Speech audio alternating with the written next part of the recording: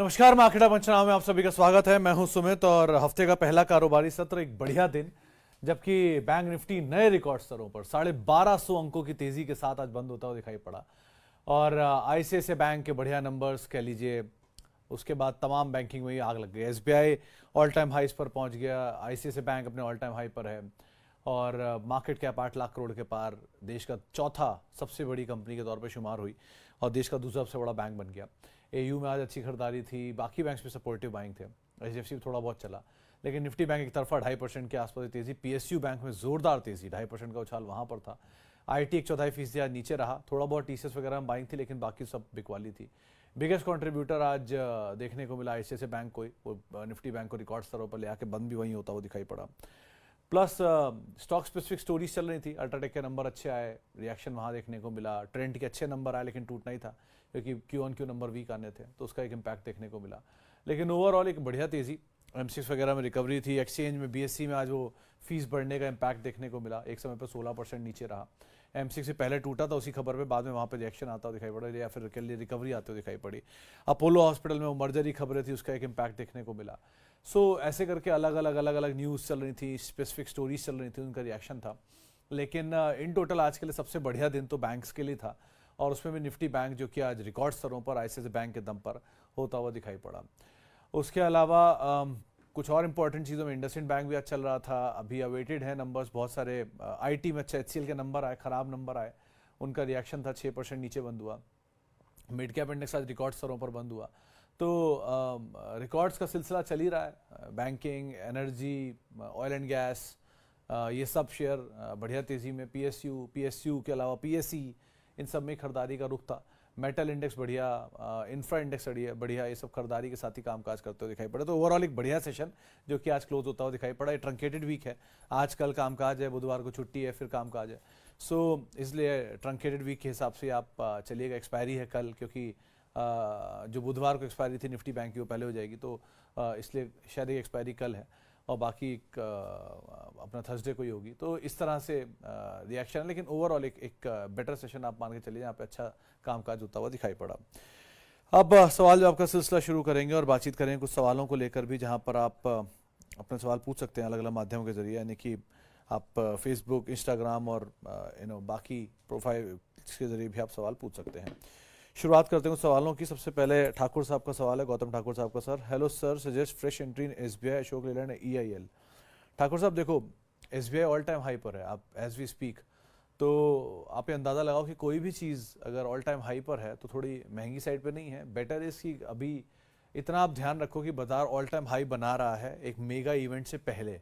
ऐसा ना उस मेगा इवेंट के बाद बाजार ऑल टाइम लो तो नहीं बनाएगा, लेकिन हाँ एक बड़ा ड्रॉप जरूर देखने को मिले। सो थोड़ा कॉशियसली स्टांस रखिए। 1, ऑप्टिमिस्टिक रहेगा ऑब्वियसली, लेकिन कॉशियसली रहेगा। 2, किटी बचा के रखिए ना, अगर कहीं कोई अनफोर्सीन इवेंट हो जाता है जिसकी वजह से शायद मार्केट नीचे आ जाता है, तो बाजार में आपको मौके मिलेंगे ना, यही एसबीआई, यही अशोक लेलैंड आप नीचे ले लीजिएगा। सो अभी आउट राइटली सिर्फ इस डर में कि वो भागा चला जा रहा है मैं ले लूँ, ऐसा मत करिए। वेट कर लीजिए, नीचे आएगा तब ले लीजिएगा। कहीं भागा नहीं जा रहा बाजार, कल भी था, परसों भी है। लेकिन हाँ, एसबीआई इज अ गुड बेट। आपको कभी भी किसी फॉल में मिले, कोई ड्रॉप मिले, तो आप वहां से एडिशन इसका शुरू कर सकते हैं और स्लोली एंड स्टेडली आप इसमें एक्यूमुलेट भी कर सकते हैं। ओके, आगे बढ़ते हैं।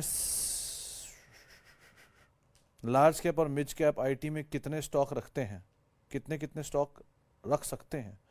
कुमार साहब देखो, मतलब आप कितने स्टॉक रख सकते हो वो आपके एपेटाइट पर है। आपका पोर्टफोलियो का साइज मुझे नहीं पता, आप कितने मैनेज कर सकते हो मुझे नहीं पता। लेकिन आइडियली सिचुएशन ये होती है कि आप 2 लार्ज 2 मिड कैप रख लीजिए, आपके लिए बहुत है। आप स्मॉल भी जोड़ोगे उसके अंदर, सो 2-3 का रेशियो रख लीजिए। 2 आप लार्ज कैप रख लीजिए, 3 मिड कैप स्मॉल कैप डाल लीजिए।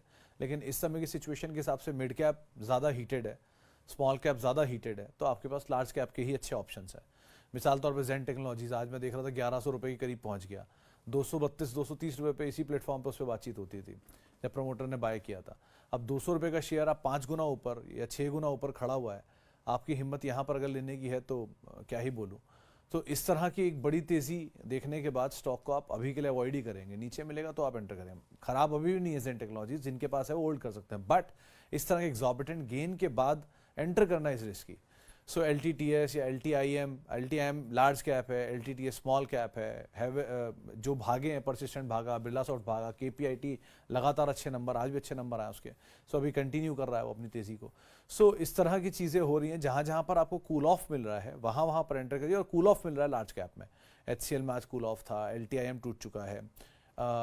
इसके अलावा टेक महिंद्रा अच्छे नंबर दिया है, वहाँ कूल ऑफ पहले हो चुका था। इन्फोसिस कूल ऑफ हुआ, TCS अभी बीच में हुआ था, वापस ऊपर आ गया। सो ऐसे करके आप के अलग अलग अपमूव आते हैं, तो उसके हिसाब से आप शिफ्ट करिए। बट आइडियली 2, 3 या 5 जैसा आप मैनेज कर पाओ उसके हिसाब से रख सकते हो।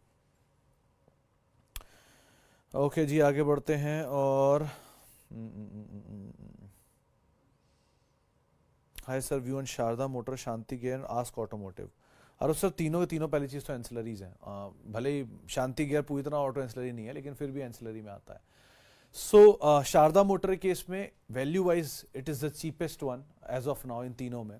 तो 16-17 का मल्टीपल था अभी चलने के बाद भी, एक्यूमुलेशन चल रहा है उसमें। और आज कुछ ब्रोकरेज हाउस के नोट्स भी मांगे गए थे, लेकिन अभी कोई ब्रोकरेज की कवरेज ज़्यादा है नहीं, but it's a good stock otherwise.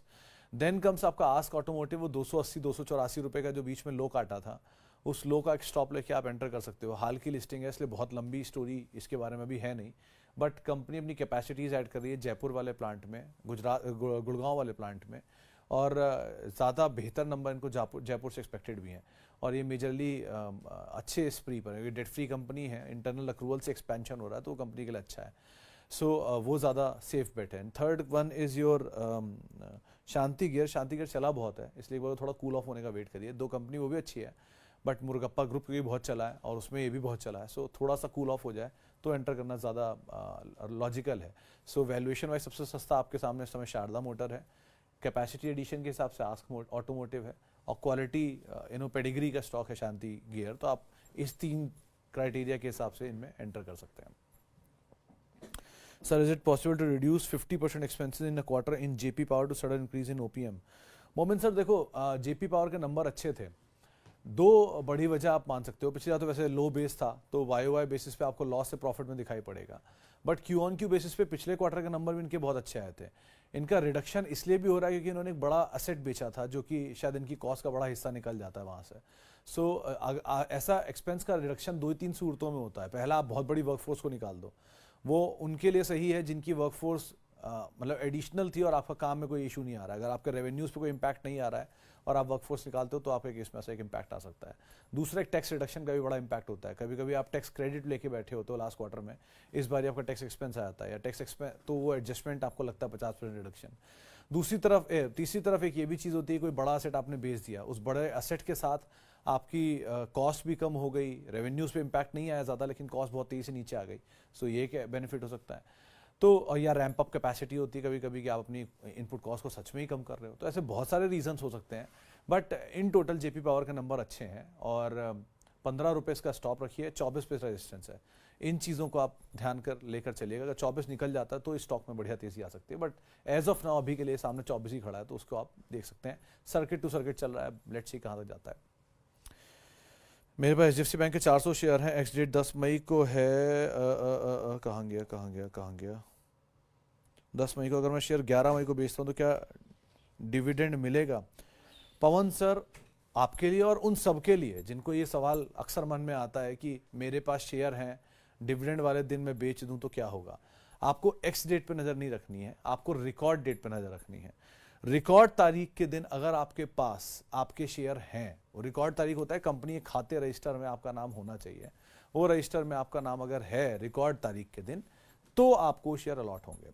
क्योंकि पहले होता था T+2 में शेयर बिकते थे या खरीदे जाते थे, तो आप 2 दिन पहले खरीद लेते थे तो आपको वहाँ पर रजिस्टर में दिखाई पड़ने लगते थे। इसलिए कई लोग ऐसे होते थे जो एक्स डेट से पहले खरीदते थे, उनको लगता था शेयर आ जाएंगे, लेकिन नहीं आते थे, क्योंकि कभी कभी DP नहीं ट्रांसफर करता है। अब क्योंकि कई शेयर T+1 में है, कुछ T+0 में भी है, सो इसलिए कहना मुश्किल है कि कैसे आपको शेयर अलॉट होंगे। बट आपकी रिकॉर्ड की तारीख पर आपके पास अगर वो शेयर हैं तो आप हर कॉर्पोरेट एक्शन के लिए एलिजिबल है, चाहे वो बोनस हो, स्प्लिट हो, डिविडेंड हो, डीमर्जर हो, राइट्स हो, हर चीज़ के लिए आप उसके लिए एलिजिबल हैं। तो आप उस हिसाब से तय करिएगा कि आप रिकॉर्ड की तारीख पर वहां हैं कि नहीं है। हैं तो कोई दिक्कत नहीं, नहीं है तो दिक्कत है। Okay, Snowman IT, recent IT demand of 12 crore, impact अगुन सर नियर टर्म में था, वो हो गया अब खत्म, लगातार कई दिन से आप देख ही रहे हो शेयर टूट ही रहा है, 73 से टूटता हुआ आ गया था 68-67 की रेंज में, वापस आज 69-70 की रेंज में बंद हुआ है। सो एज ऑफ नाउ तो मुझे कोई बड़ा कंसर्न दिख नहीं रहा, until unless there is promoter buy and promoter is not selling, situation is under control। और स्टॉप लॉस आपका सेम है 53.9 54, ये दो स्टॉप लॉस को आप लेके फॉलो करिए एंड अकॉर्डिंगली यहाँ बने रहिए। लेकिन बाकी इसमें सच मुझे कोई कंसर्न दिख नहीं रहा। नंबर्स को देखते रहिए, प्रमोटर की बाय के लेवल से अभी भी नीचे है, 73 रुपये लास्ट प्रमोटर बाय था, उसके नीचे शेयर कामकाज कर रहा है। सो नंबर्स पे नजर रखिएगा, प्रमोटर एक्शन में नजर रखिएगा। 54-59 आपका स्टॉप लॉस होगा, 54.59 नहीं, 54 एंड 59। ICICI बैंक 50 शेयर 440 की बाय, एक्सिस 50 शेयर 600 की बाय। आगे का व्यू होल्ड, आपकी कॉस्ट तो कहीं ज़्यादा ऊपर है ही, तो क्या ही दिक्कत है आपको। इफ़ इन केस आपको लग रहा है कि बहुत नहीं, मैं थोड़ा हल्का करना चाहता हूँ, तो कैपिटल निकाल लीजिए, फ्री के शेयर छोड़ दीजिए। ये वैसे भी वो कंपनी है जिनको आप थ्रू आउट लाइफ के लिए भी रख लेंगे तो आपको इम्पैक्ट आना नहीं है, और आप इतने लेवल के नीचे के लेवल की खरीदारी किए हुए हैं तो आपको तो वैसी बात ज़्यादा बेहतर समझ में आती होगी। ओके जी, आगे बढ़ते सर। इज इट पॉसिबल, ये तो हो गया, इस पर हम बात कर चुके हैं। डालमिया भारत 2021 से होल्ड है, 1900 के लेवल से भी अभी क्या करना चाहिए? मेरे ख्याल से होल्ड करना चाहिए मोहनजर। इस क्वार्टर के नंबर वीक थे तो इस क्वार्टर में एक स्टॉक रिएक्शन भी था, 6% के आसपास का डिप आया है। अल्ट्राटेक के नंबर ऑन द कॉन्ट्री अच्छे हैं, तो वहाँ पर क्योंकि ऑब्वियसली डिमांड कैपेसिटी एडिशन है, प्लस केसोराम को बाय भी है, तो वो भी इम्पैक्ट है। बट आप होल्ड कर सकते हो अभी, तो it's a good company. Otherwise slow mover है, पहले चला था, फिर वो अर्निंग आ गया, अर्निंग के बाद टूट गया। Wait and watch is a better choice and let's see कहाँ तक स्टेबल होता है, उसके बाद एंटर करना ज़्यादा बेटर रहेगा। लेकिन अगर आप एंट्री करने की कैपेसिटी में हो तो थोड़ा थोड़ा एंटर कर सकते हो। It's a good company. आज ही हमारे साथ एक जानकार शरद जुड़े थे, शरद ने इस पर बाय कॉल दी थी और टारगेट्स भी अपसाइड के दिए हुए हैं, अच्छे टारगेट दिए थे बड़े। तो डालिया Bharat otherwise it's a good company, 3rd या 4th largest cement company India की, 4th या 5th सॉरी। तो आप बाय करना चाहो तो बाय भी कर सकते हो, बट थोड़ा और स्टेबल होने दीजिए तो ज़्यादा बेटर एंटर करने का पॉइंट आपको मिल जाएगा। ओके जी, आगे बढ़ते हैं। और ट्रेंड और M&M फ्यूचर में व्यू, फ्यूचर में मतलब लॉन्गर ड्यूरेशन ऑफ टाइम या शॉर्ट टर्म फ्यूचर में? सर ट्रेंड के नंबर अच्छे आने का अनुमान था बाजार में, वो आ ही गए, नंबर अच्छे हैं, बट क्यू ऑन क्यू खराब आने ही थे क्योंकि एक बहुत बड़ा बेस सामने खड़ा था। पिछली बार री रेट हुआ था stock Q on Q number के बाद, तो इस बार ये वीकनेस का उम्मीद था ही। Tata chemical on the contrary weak number का अनुमान है, तो शायद टाटा केमिकल वीकनेस के बाद अगर कई कल खराब नंबर दे दे, आज ही नंबर आने हैं, अगर खराब नंबर आ जाते हैं, अब तक मैंने देखे नहीं आए कि नहीं, लेकिन 2.5-2% नीचे था, तो अगर बहुत खराब नंबर आ जाते हैं या आ गए हैं तो शायद ये हाल फिलहाल का ही डिप है, इसके बाद फिर बहुत ज़्यादा गिरावट की गुंजाइश रखिएगा मत, क्योंकि ऑलरेडी ये टूटता ही चला आ रहा है नंबर्स के पहले से। सो जहाँ अच्छे नंबर की उम्मीद थी वो था ट्रेंड, जहाँ खराब की उम्मीद है वो है टाटा केमिकल। अच्छे ट्रेंड के केस में वो टूटना ही था क्योंकि Q on Q number weak आने थे, और टाटा केमिकल के केस में नंबर खराब है, वी ऑन क्यू और वाई दोनों ही, सबका एस्टिमेट खराब का है। सो अगर नंबर थोड़े से कम खराब आया या बेटर आ गया तो शायद स्टॉक रिएक्ट कर जाएगा, तो आप उस हिसाब से देखना इसको।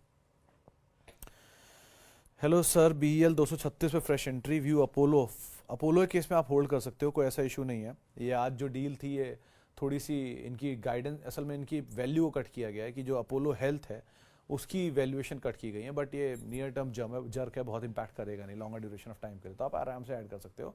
एंड लाइकवाइज BEL भी ठीक कंपनी है, बट ये ध्यान रखना कि PSUs में अभी मैं नंबर देख रहा था CPSE निफ्टी का, CPSE यानी कि निफ्टी की जितनी PSU कंपनियों का इंडेक्स है उसके अंदर जितनी भी कंपनियां हैं उन सब में एवरेज रिटेल होल्डिंग जो थी वो 5.5% थी एवरेज, वो बढ़ के एवरेज अब 6.5% आ चुकी है। तो 1.5-1% एवरेज बढ़ना इतनी सारी कंपनियों के अंदर holding, it is a sign of concern, क्योंकि रिटेल का पार्टिसिपेशन बहुत बढ़ रहा है। और अगर मैं IREDA, IRFC और NHPC इन तीनों को और जोड़ दूँ तो 6% से सीधे 6.5% एवरेज हो रहा है। सो ये तीनों जो रिटेल कंपनियां, रिटेल का निवेश है PSU में, वो बढ़ रहा है धीरे धीरे। It is not a sign of concern, but आमतौर पे देखा गया कि जहाँ रिटेल का पार्टिसिपेशन बढ़ता है वो शेयर की परफॉर्मेंस थोड़ी स्लगिश हो जाती है। Suzlon is the largest one and Vodafone and yes bank and all, तो आप उस हिसाब से कॉल लेकर रखना, तो थोड़ा कॉशियसली ऑप्टिमिस्टिक स्टांस रखना। कंटेनर कॉप में 2% थी इसलिए वो नया हाई बना रहा है, BPCL में 1.5-2% है, वो नया हाई बना रहे हैं। सो जहाँ पर होल्डिंग PSU रिटेल निवेश की कम है वहाँ ज़्यादा है। अब आप अगर IRFC को कंपेयर करोगे वहाँ सिर्फ 8% है, लेकिन IRFC के पब्लिक फ्लोट ही नहीं है, 89% तो PSU गवर्नमेंट के पास है, 11% में से 8% रिटेल पब्लिक के पास है। सो आप ऐसे अंदाज़ा लगाओ, IREDA में 15-18% है, या BHEL में है 20% शायद, या NMDC में है 20%। तो ऐसे करके पब्लिक, रिटेल पब्लिक का बहुत पार्टिसिपेशन बढ़ रहा है, तो थोड़ा कॉशियसली ऑप्टिमिस्टिक स्टांस रखना अपना। Sumit sir, Infosys very long term, Ambuja Infosys hold कर सकते हो बट वेरी लॉन्ग टर्म नहीं, क्योंकि वेरी लॉन्ग टर्म वाला इसमें व्यू शायद बचा नहीं है। सो एज ऑफ नाउ तो आप होल्ड करो। तो बेटर ये है कि आप अभी तो होल्ड करो एंड जस्ट सी, शायद अगले क्वार्टर के नंबर तक ये वो दाम आ जाएगा जिस दाम से नीचे आया था, तो अकॉर्डिंगली आप कॉल कर सकते हो उसके अंदर। ओके, लास्टली साहा साहब, hello sir, how are you doing. कभी कभी समझ नहीं आता मैं इन्वेस्टर हूँ या ट्रेडर। जब शेयर चलने लगता है तो इन्वेस्टर वाला फील आता है, और जब गिरने लगता है तो ट्रेडर जैसा फील आता है। सर देखो, आप इन्वेस्टर नहीं या ट्रेडर नहीं, वो ट्रेडर की रूप में, मतलब इन्वेस्टर के रूप में ट्रेडर बैठता है ना, वो हो आप। सो आमतौर पे जब भी कभी बाजार में तेजी आए तो कोशिश करना, अगर आप ट्रेडर हो तो निकलने की, और जब भी कभी मंदी आए तो कोशिश करना एंटर करने की। उलट करना, जो निकलना और करना सबसे मुश्किल होता है, लेकिन यही सबसे इंपॉर्टेंट पार्ट है। Exiting is the best part. कई सारे गेट एंटर करने के मार्केट में, निकलने का एक ही है। सो इसीलिए ज़रा ध्यान संभल के आप कॉल लेना इसमें। चलिए, बाकी बातें 5:30 बजे करेंगे, अभी का समय पूरा हो चुका है। आपसे अब मुलाकात होगी 5:30 बजे। आप मेरे साथ जुड़ सकते हैं, @सुमित रिसर्च मेरा ट्विटर हैंडल है, सोशल मीडिया हैंडल्स हैं। किसी भी निवेश से पहले अपने वित्तीय सलाहकार की राय ज़रूर ले लें। CNBC आवाज़ के यूट्यूब, फेसबुक, इंस्टा सारे पेजेस पे हम आपके लिए हमेशा मौजूद रहते हैं, तो वहाँ पर आप हमारे साथ फीडबैक, बातचीत कर सकते हैं। फिलहाल के लिए इतना ही, नमस्कार।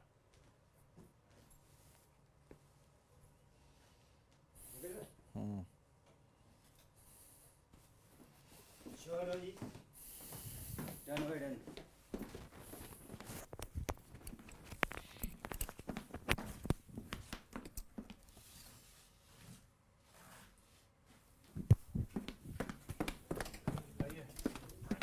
लो जी, ये भी लगा दो। आजा शिखा, चलो।